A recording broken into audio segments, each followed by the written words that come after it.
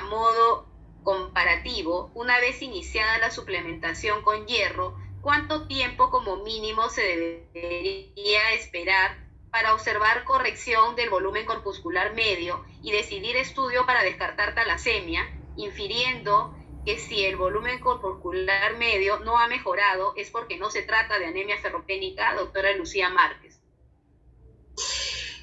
Lo que pasa es que ahí se puede confundir dos cosas. Las talasemias o los síndromes talasémicos no son anemias por falta de hierro.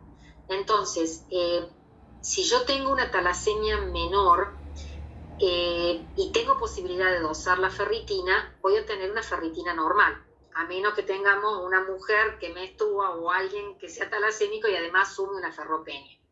Pero para tratar de separar las cosas, generalmente si queremos leer el hemograma para tratar de diferenciar si estoy ante una anemia ferropénica o una anemia o un síndrome talasémico, una beta-talasemia menor.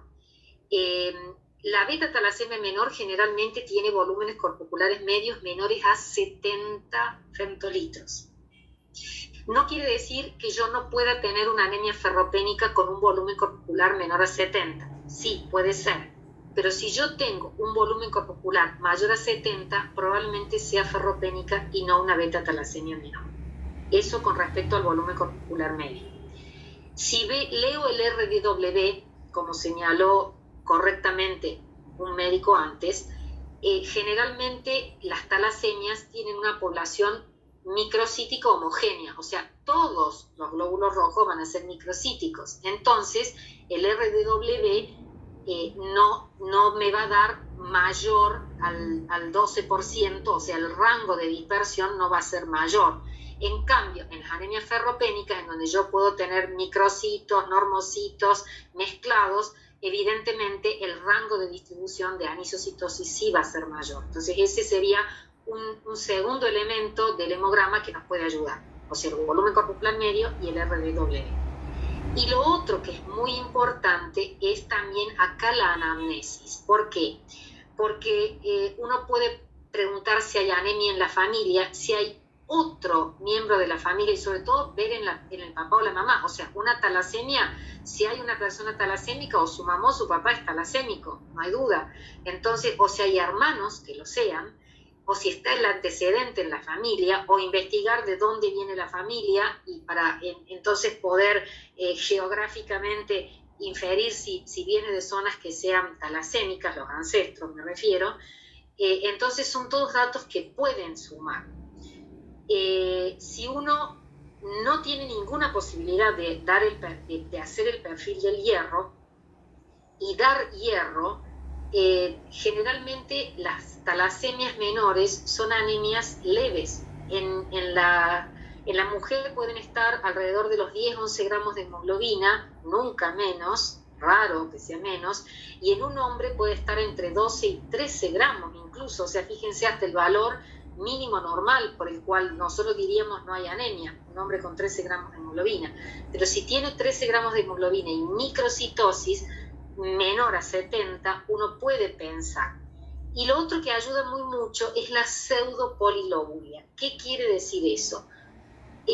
Las talasemias menores suelen ser anemias con hematocritos entre 35, 38, ¿no es cierto?, por ciento, hemoglobinas entre 10, 11, 12 gramos y 6 millones, 6 millones 800, 6 millones 900 de glóbulos rojos.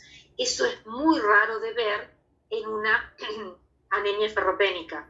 Si bien en la anemia ferropénica hay microcitosis, generalmente no vamos a encontrar 6.900.000 de glóbulos rojos y un hematocrito de 35. Vamos a encontrar 4 millones y algo de glóbulos rojos, 4.800.000, 4.400.000, 4.900.000 con hematocritos bajos, pero no la pseudopolilobulia, o sea, esa enorme cantidad de glóbulos rojos bien pequeñitos, bien microcitos.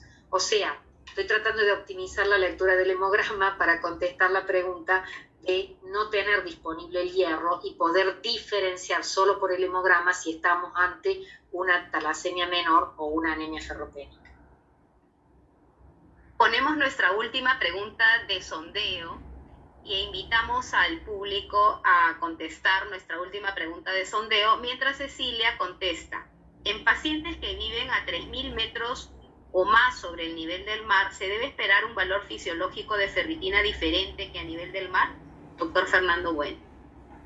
No, no de ferritina. En realidad los valores cambian para la hemoglobina y la masa eritrocitaria, porque eso está en estrecha relación con la disminución de la presión de oxígeno a nivel ambiental a mayor altura y la hipoxia que eso genera. Pero no vamos a tener cambios en el hierro. Teóricamente deberíamos tener un valor de ferritina de la misma manera que a nivel del mar, o sea, los mismos valores que hemos definido para ferropenia o para valores normales de ferritina. Entonces, nuestra pregunta de sondeo sería: ¿cuáles son los valores de una ferropenia absoluta en ausencia de inflamación? Mientras nuestros asistentes van votando, contestamos la pregunta de nuestro amigo el doctor Guillermo Toya, quien pregunta: ¿el tratamiento previo con hierro oral, endovenoso o transfusiones altera la valoración de nuestros parámetros de anemia o déficit de hierro?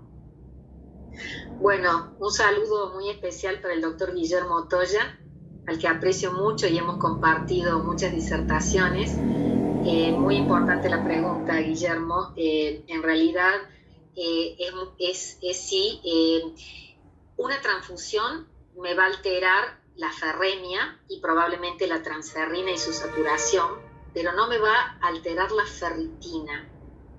Por supuesto que, o sea, no me va a alterar mayormente la ferritina.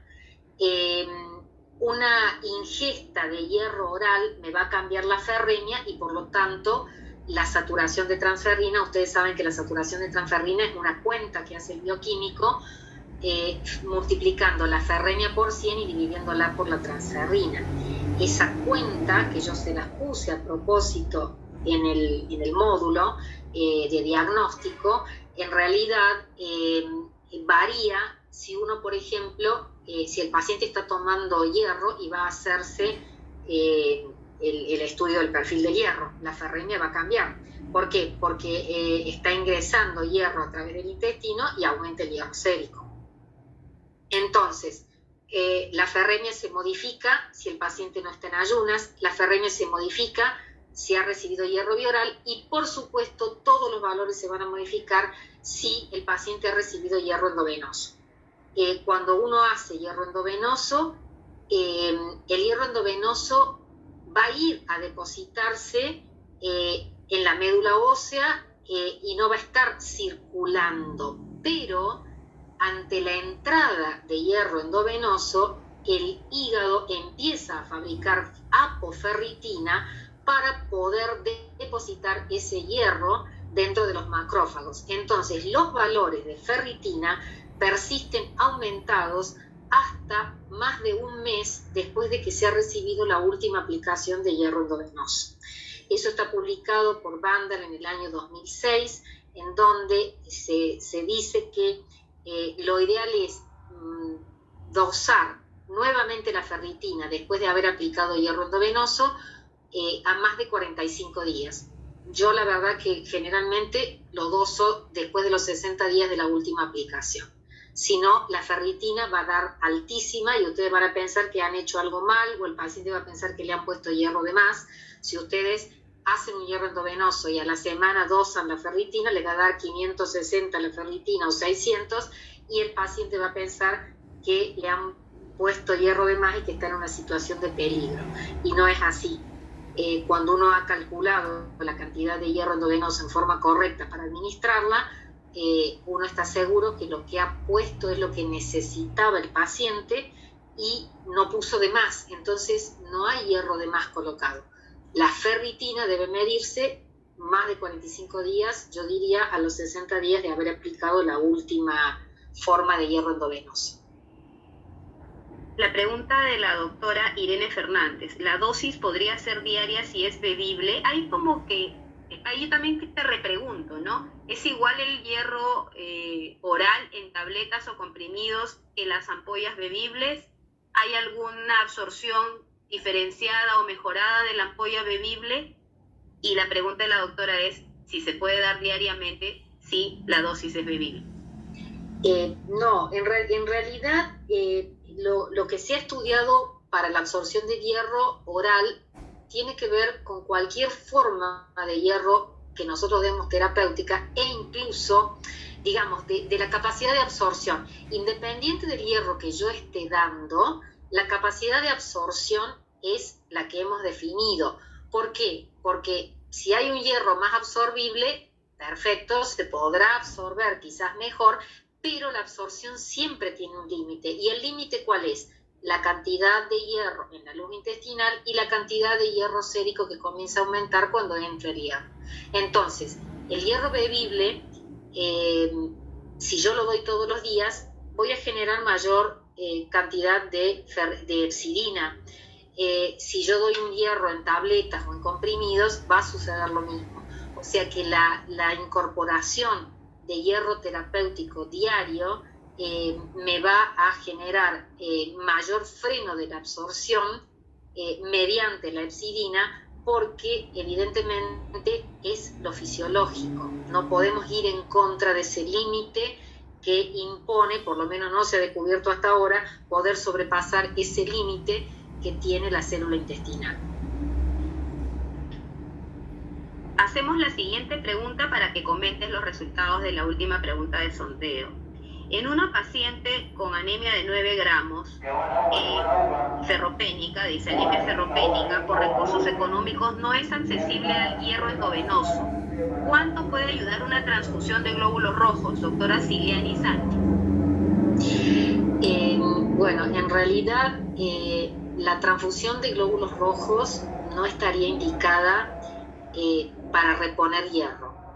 Es decir, yo entiendo la pregunta de la doctora y entiendo quizás su desesperación por poder mejorar esa hemoglobina de la paciente, pero si la paciente no está descompensada hemodinámicamente y la anemia es crónica, no está justificado bajo ningún concepto por todos los riesgos que conlleva una transfusión. El costo tampoco es menor, ¿no es cierto? Y por todos los riesgos que implica una transfusión. En realidad, una transfusión de glóbulos rojos sedimentados o de paquete globular aporta 200 miligramos de hierro. Es decir que ni siquiera con una transfusión vamos a lograr que la hemoglobina llegue a lo normal, o sea, con el hierro de una transfusión. 9 gramos de hemoglobina se está necesitando aproximadamente 500 miligramos para llegar a una hemoglobina mayor a 12. De 500 miligramos de hierro, y eso no lo aportaría una transfusión. Pero lo más importante que me parece que debe ser aclarado es que no deberíamos considerar, ni siquiera en una situación de que no podemos dar hierro de otra forma, no debería ser la transfusión la forma de aportar hierro, por todos los inconvenientes que en realidad tiene una transfusión y que hoy en día debemos optimizar ese recurso, que es un recurso costoso y que no es un recurso innocuo. Así es. Acá en el Perú existen 400.000 unidades de sangre, una deficiencia de 400.000 unidades de sangre en condiciones normales, sin COVID. Ahora, claro, en esta época que nos ha tocado vivir, no existe donantes por el temor al contagio, ¿no? Entonces la situación debe ser caótica para los bancos de sangre y las condiciones de almacenamiento de la sangre deben dejar mucho que desear en algunos lugares, ¿no? No en todos. Con todo el respeto que se merecen, los colegas hacen todo lo posible, pero no es suficiente en estas condiciones. Sí. Sí, Reina, a nivel mundial a nosotros nos pasa lo mismo. Los bancos de sangre no tienen donantes. Si bien nosotros no tenemos, por lo menos en Argentina, una cultura de la donación voluntaria como en otros países, en donde realmente la donación voluntaria muchas veces provee al banco de sangre de todas las unidades que se necesitan. Eso ocurre, por ejemplo, en España. En cambio, nosotros en Argentina no tenemos esa cultura de la donación voluntaria y espontánea. Y en estas situaciones de COVID-19, de la pandemia, evidentemente se ha restringido muchísimo la cantidad de donantes. Entonces realmente tenemos un serio problema. O sea que si bien todos conocemos que hay que optimizar el recurso, más todavía ahora en esta situación, ¿no? Estoy de acuerdo. Nos comentas la lámina, las respuestas. Bien. Bueno, ¿cuáles son los valores de ferropenia absoluta en ausencia de inflamación? Bien, en realidad la respuesta correcta es la que responde que una ferritina sérica menor a 30 nanogramos y una saturación de transferrina menor al 20% es 100% digamos fidedigna para definir ferropenia absoluta. Menos de 30. La ferritina menor a 100 es en contexto de inflamación, o sea, define ferropenia absoluta en contexto de inflamación. Y una ferritina normal estaría entre los 60 y los 300 nanogramos. Ustedes me dirán entonces qué pasa con los 50 nanogramos, con los 40 o con los 55. Eso sería un depósito disminuido, pero no ausente. ¿Se entiende? O sea, tener una ferritina entre 55 y 30 sería un depósito disminuido de hierro, pero no un depósito ausente. La ferropenia absoluta, que implicaría hablar de ausencia absoluta de hierro corporal, se mide con una ferritina o se confirma con una ferritina menor a 30. De acuerdo. Para terminar tenemos dos preguntas. Buenas noches. En un paciente obeso con hernia hiatal de 50 años con reflujo gastroesofágico, con anemia ferropénica, ¿qué recomendaría para su tratamiento, doctora Irene Fernández? Doctora Irene, bien, excelentes todas sus preguntas. Un paciente que tiene una hernia de hiato pierde glóbulos rojos en forma microscópica y es causa de ferropenia absoluta. Si el paciente es obeso, podría tener una situación de inflamación también, con lo cual el hierro oral, a mi modo de ver, tendría ahí dos contraindicaciones. Primero, que podría exacerbar toda la sintomatología de la hernia de hiato y aumentar la inflamación de la mucosa gástrica que está en el tórax por la hernia de hiato, ¿no es cierto? Y aumentar de esa manera el sangrado. Probablemente el hierro oral en un contexto de obesidad no tenga la absorción suficiente porque evidentemente es un paciente que tiene valores elevados de hepcidina por la inflamación. Entonces en este paciente probablemente lo ideal sería poder dar hierro endovenoso. Sería una de las indicaciones. Perfecto. Además puedo agregar, porque, perdón Reina, si tiene anemia por déficit de hierro, es mucho el hierro que tienen que reponerle. Van a tener que reponer hierro para llevar la hemoglobina a lo normal y luego hierro para llenar esos 1000 miligramos del depósito. O sea que va a necesitar seguro 1500 miligramos de hierro y eso serían 300 días de tratamiento con mucha suerte. Eso es casi un año de tratamiento bioral en un paciente que no lo va a tolerar teniendo una hernia de hiato y no va a resolverlo teniendo la inflamación. Y la última pregunta. En una paciente gestante gemelar, la necesidad de hierro es mayor. ¿Cuánto sería el requerimiento? Y si además tiene anemia ferropénica severa, con una hemoglobina menor que 7, ¿qué tratamiento recomendaría en el tercer trimestre? Sin ninguna duda, pero así, absolutamente cierto, esa paciente requiere hierro endovenoso. En un embarazo gemelar implica que hay dos fetos y si hay dos placentas y dos fetos se está necesitando recibir, cada feto necesita hierro, la misma cantidad de hierro, esos 370 miligramos que necesita un feto, ahora lo necesitan dos.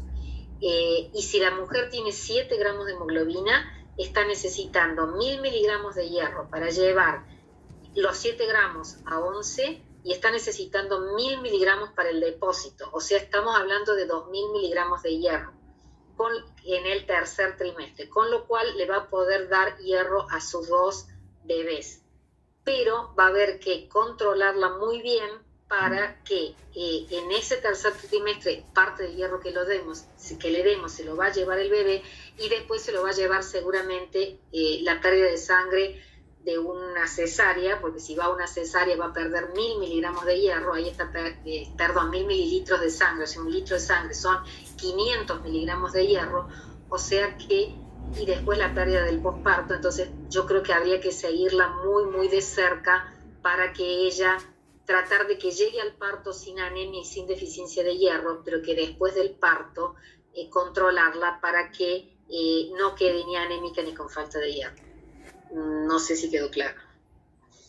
Sí, para mí quedó clarísimo, creo que para todos. Te voy a hacer un comentario final del doctor Fernando Bueno. Fantástica doctora, felicitaciones y muchas gracias, dice. Bueno, gracias a ustedes y gracias por las palabras. Qué mejor cierre que este comentario del doctor Bueno, y agradecerle a todos nuestros 101 asistentes que han permanecido hasta el final. Hemos superado el tiempo que esperábamos con esta sesión de webinar de preguntas relacionadas al módulo de metabolismo del hierro y diagnóstico de anemia ferropénica. Te agradezco, Cecilia, en nombre de On Pharma, Before Pharma y de todos los médicos que seguimos aprendiendo algo que parecía tan fácil, que es la anemia, pero no es fácil. Cada paciente es un reto, cada paciente es distinto y es responsabilidad de todas las especialidades, no solamente del hematólogo. Hay muy poquitos hematólogos.